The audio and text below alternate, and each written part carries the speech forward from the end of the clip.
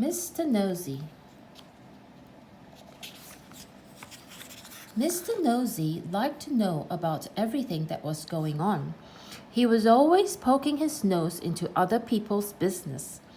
Mr. Nosey was the sort of a person who, if they came upon a locked door, couldn't resist looking through the keyhole to see why the door had been locked. Mr. Nosey was the sort of a person who, if he found an unopened letter addressed to somebody else, would simply have to open it to find out what was inside. Mr. Nosey was the sort of a person who, if he was sitting reading his newspaper on a train, would much rather read the paper of the person sitting next to him. Naturally, as you might well imagine, Mr. Nosey was not very popular. People did not like the way in which Mr. Nosey would peek and pry into their affairs. They did not like it at all, but did that stop Mr. Nosey peeking and prying? It did not.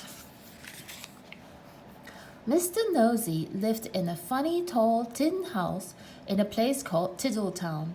The people of Tiddletown decided that Mr. Nosey was becoming much too nosy, and so they held a meeting to discuss what to do about him.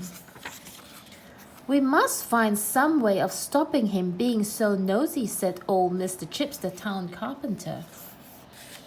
"That's right," said Mrs. Washer, who ran the Tiddletown laundry. "He needs to be taught a lesson." "If only we could think of a way to stop him poking his nose into everything," said Mr. Brush, the painter. And then a small smile spread over his face. "Listen," he said, now grinning, "I have a plan." And all his friends gathered round to listen to his plan. The following morning, Mr. Nosey was out walking along Tiddletown High Street when he heard somebody whistling behind one of the closed doors.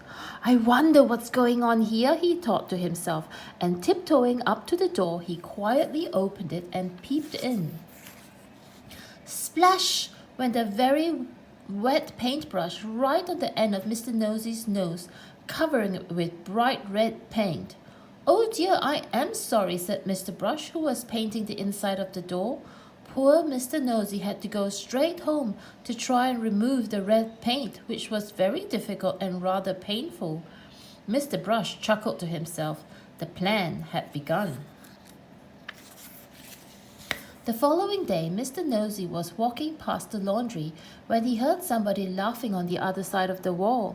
"I wonder what's going on here," he thought to himself, and standing on tiptoe, he looked over the wall. Snapped went the clothes peg right on the end of Mr. Nosey's nose. "Oh dear, I am sorry," said Mrs. Washer, who was hanging up clothes on a washing line on the other side of the wall. Poor Mr. Nosey removed the clothes peg and went off down the street feeling extremely sorry for himself and for his poor red nose. Mrs. Washer chuckled to herself. The plan was working. The next day, Mr. Nosey was going past the fence when he heard hammering. "I wonder what's going on here," he thought to himself. Creeping very quietly to the end of the fence, he peeped around. Bang went a hammer right on the end of Mr. Nosey's nose. "Oh dear, I am sorry," said old Mr. Chips, who was nailing up a loose plank in the fence. Poor Mr. Nosey had to go home immediately and bandage his poor red sore nose. Mr. Chips grinned a broad grin. The plan was working very well indeed.